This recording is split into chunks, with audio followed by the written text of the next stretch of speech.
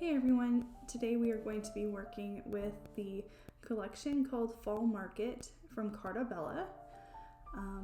As you can come to expect with Carta, I love the paper. The texture of it is really nice. We also included the chipboard stickers along with the decorative brads, and I bought the coordinating solids paper pack. It includes 6 sheets of cardstock that coordinate with this collection.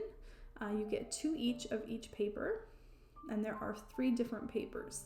So they are double-sided, so there's one color on one side, one color on the other. I've been buying these cardstock paper packs when I want to coordinate with a collection kit. I just find it really helpful that I don't have to decide my cardstock when I'm ordering online. I can kind of just order this pack and decide after what I want for my cardstock. The 12x12 collection kit includes this 12x12 sticker sheet. There is a lot of duplicates on the chipboard as there is on the sticker sheet. So that's something to keep in mind if you don't want to spend money on the chipboard. You can definitely use the options on the sticker sheet instead. I don't shy away from buying chipboard that has duplicates on the sticker sheet because I like the look on my pages of mixing chipboard and stickers next to each other rather than just all chipboard or all stickers. Okay, so I like that difference on my page, so I still see value in ordering the chipboard. Okay, so I didn't really know yet which cardstock I wanted. I didn't know what color scheme I necessarily wanted to go with, so I decided to choose my pattern papers first this time.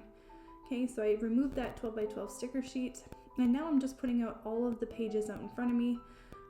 We are going to need 2 accent papers and 4 background papers. So the first thing that stood out to me was this striped paper. You guys know that I really like to use stripe or plaid as my accent.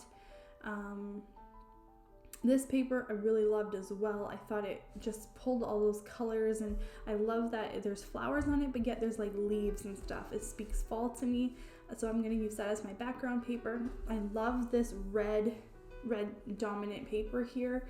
I also decided that it's too much of its own thing and doesn't coordinate with everything else enough to use it as an accent paper, but I love it as a background paper. This paper here, obviously the stripes aren't going to work as a background, and I didn't like the other side as well, so I put that to the side. I didn't like the back side of this paper either, so those 3x4 journaling cards are getting put to the side and used as embellishments on my pages. This flower paper here just didn't have enough of a fall feel to it. So it's a nice floral print, but there was no leaves or anything on it, so I just didn't want it to be used on fall pages. Okay, here I love this harvest looking paper, so we're gonna sacrifice these 4x6 journaling cards so that we can use the back side of this paper as a background paper. Now I thought about incorporating this yellow as another background paper just to sort of blend my 4 pages together really nicely, but I didn't like it that much, and this side was way too busy to be used as a background paper anyway, so we're just going to put this to the side and we're probably not going to use it today. This orange, I love this orange, but it doesn't coordinate with everything else that I want and have going on. So it's not that it's a bad color, it's not what I really want in this collection. So we're going to use that paper though that has those wreaths on it. Okay, so what I have left here is this pumpkin paper and this leaf paper. Now this leaf paper kind of gets lost in the background of my floral paper, so I didn't want to use that as an accent, so I like this teal color as my final accent paper. I did have a little bit of hesitation about using it just because I feel like I've used that color so much. It's such a popular color. But I'm gonna go ahead and use it anyway. It's my daughter's favorite color. I feel like I can justify it that way. And I think it's going to really pop on the rest of the colors, and it's going to accent the other colors that I picked from my background papers really nicely. Okay, so this red paper here, I like both sides of this. So I need 2 sheets of one color. I need another color, and then another color. So I need 3 different colors of cardstock, but I need 2 pages of one color. So I'm gonna go with that red yellow paper as the paper that I need 2 of, and then I need to have 2 other colors to coordinate in this collection.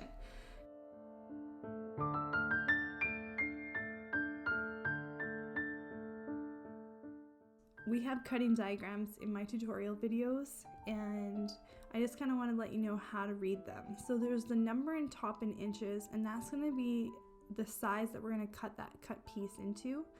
And there's a number below it in a circle. So a lot of the times we're making 4 pages or 6 pages when we're using these cutting diagrams, and all these cut pieces can sort of get very disorganized. So that number inside of the circle there represents a pile that you're going to put that cut piece into. So for a 4-page tutorial, we're going to make 4 piles, and for a 6-page tutorial, we're going to make 6 piles. So the numbers are going to be either 1 through 4 or 1 through 6. So page 1 is going to have all the cut pieces that have a circle with the number 1 inside, and so on for the 4 or 6 pages. So now we're going to go ahead and take all pieces of our cardstock, and we are going to cut 1 inch in, 1 inch from the top, and 1 inch from the bottom. And we're going to make a straight line on all 4 sides of each of these pieces of cardstock. What we're basically doing is cutting a 10 by 10 inch square out of the center of this piece of cardstock. The border is going to be put into our pile, and the center, the 10 by 10 inch center, is going to be put to the side, and we're going to be cutting it with another cutting diagram as soon as we're done cutting out all of these squares.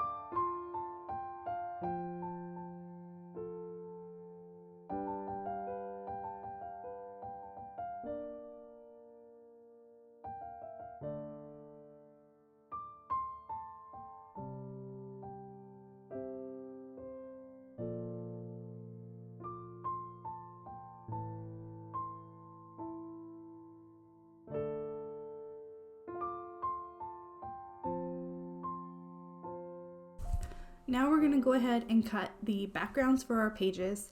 So we are going to be cutting the barcode strip off along with 1/2 inch, and then 1/2 inch on the other side. So we're going to be making an 11.5 inch by 11.5 inch square for all of our background papers.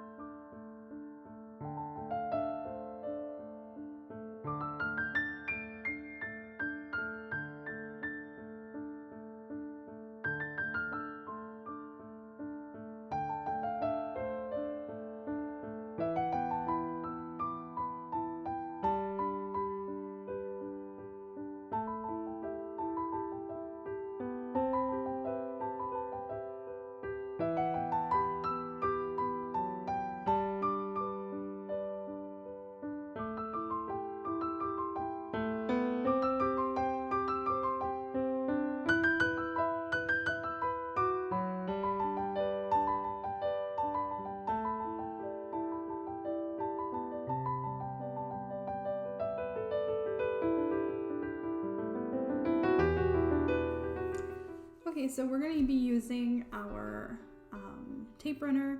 We're going to be using foam squares or foam tape, and then I have my my tool-in-one and my foam square and my piece of foam just to adhere.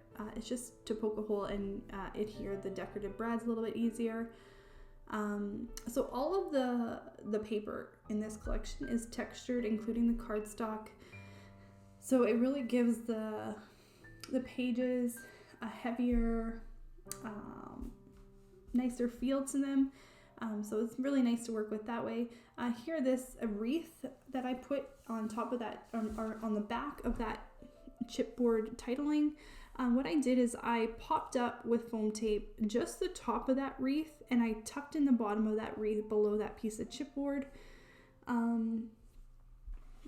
You can't really see it on camera when I do things like that, but I tend to do that a lot, especially when you're layering a bunch of clusters together.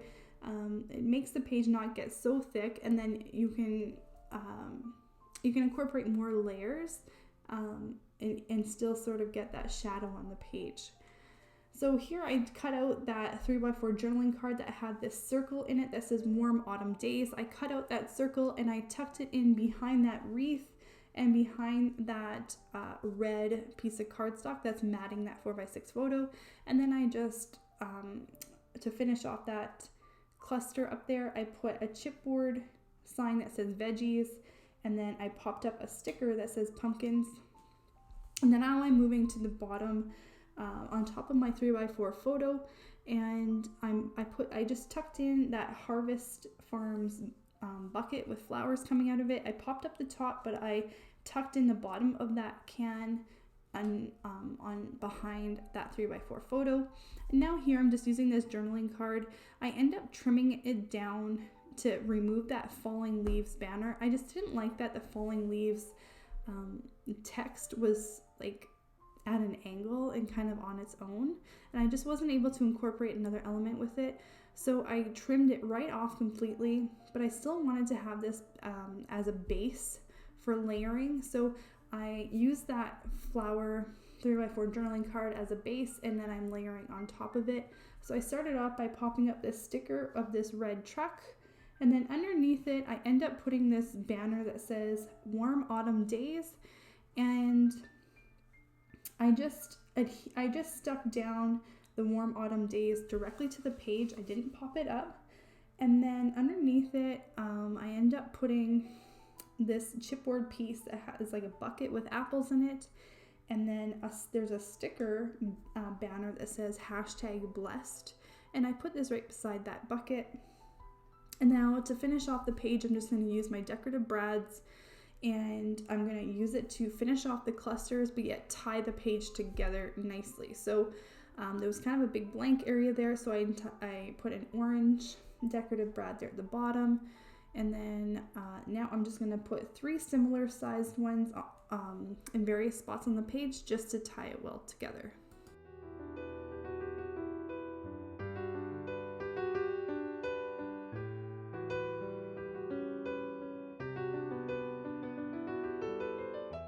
Okay, so the way that this page is designed, I feel like the major cluster of this page will be at the bottom corner below that 3x3 photo area. And here I knew that I wanted to use that fall banner, and which is made out of chipboard, and I just needed a way to anchor that and start that cluster. So here I took that 3x4 journaling card and I sacrificed sort of the journaling space of it to layer behind my banner piece. So I just tucked in that 3x4 journaling card behind that 3x3 photo area, and I put that fall chipboard on top of it, and now I'm just going to sort of cluster away from that fall banner, in hopes of still making that fall banner like the focal point of the page as far as embellishments go. So I really appreciated using that teal, that mint kind of green color. So that's why I incorporated this popped up sticker that says pumpkin season. I also used, I popped up a sticker ribbon piece to put on the other side of that fall chipboard titling. And then I finished it off with some pumpkins down there. And then what I did is I took this chipboard piece that says #blessed and put it at the bottom of that 4x6 photo area. And then I'm going to cluster around that as well after. I did consider putting like a little titling up at the top of that 4x6 photo area, but I kind of decided that I wanted to leave it blank. I didn't want to draw the focus to the top of that page. I'd rather that 4x6 photo be the focal point of the top of the page. So I just put this square element here in the corner that says love this weather. And now I'm going back with my decorative brads and finishing off just some of these elements so that they're not just there all on their own. So here I finished it off. I finished that little top piece with 2 smaller brads.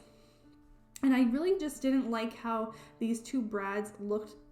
They were pretty much the same diameter, so I didn't really like how they were. So what I did is I decided to put 3 similar chipboard circles just to finish off that little cluster and take some of that focus away from those 2 brads that were the same size.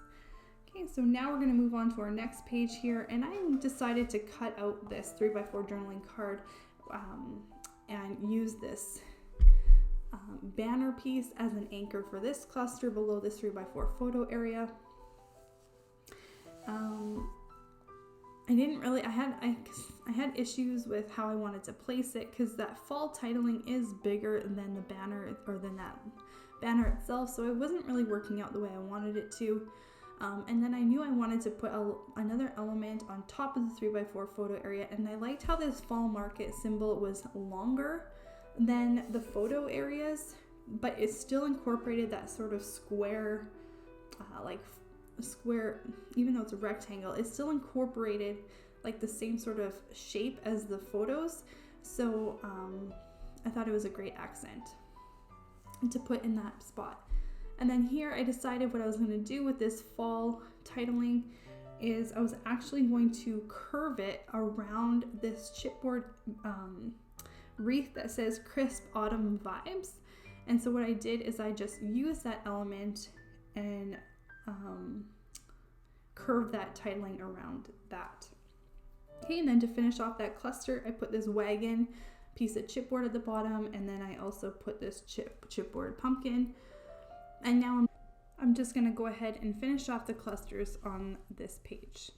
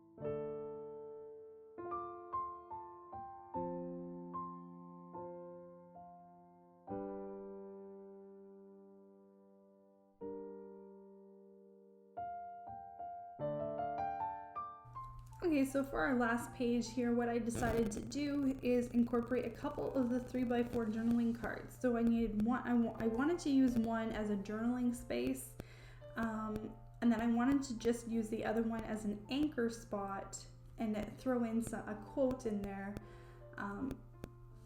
to kind of cluster around. And I really liked that these 2 journaling cards brought out that yellow and also that orange from our border.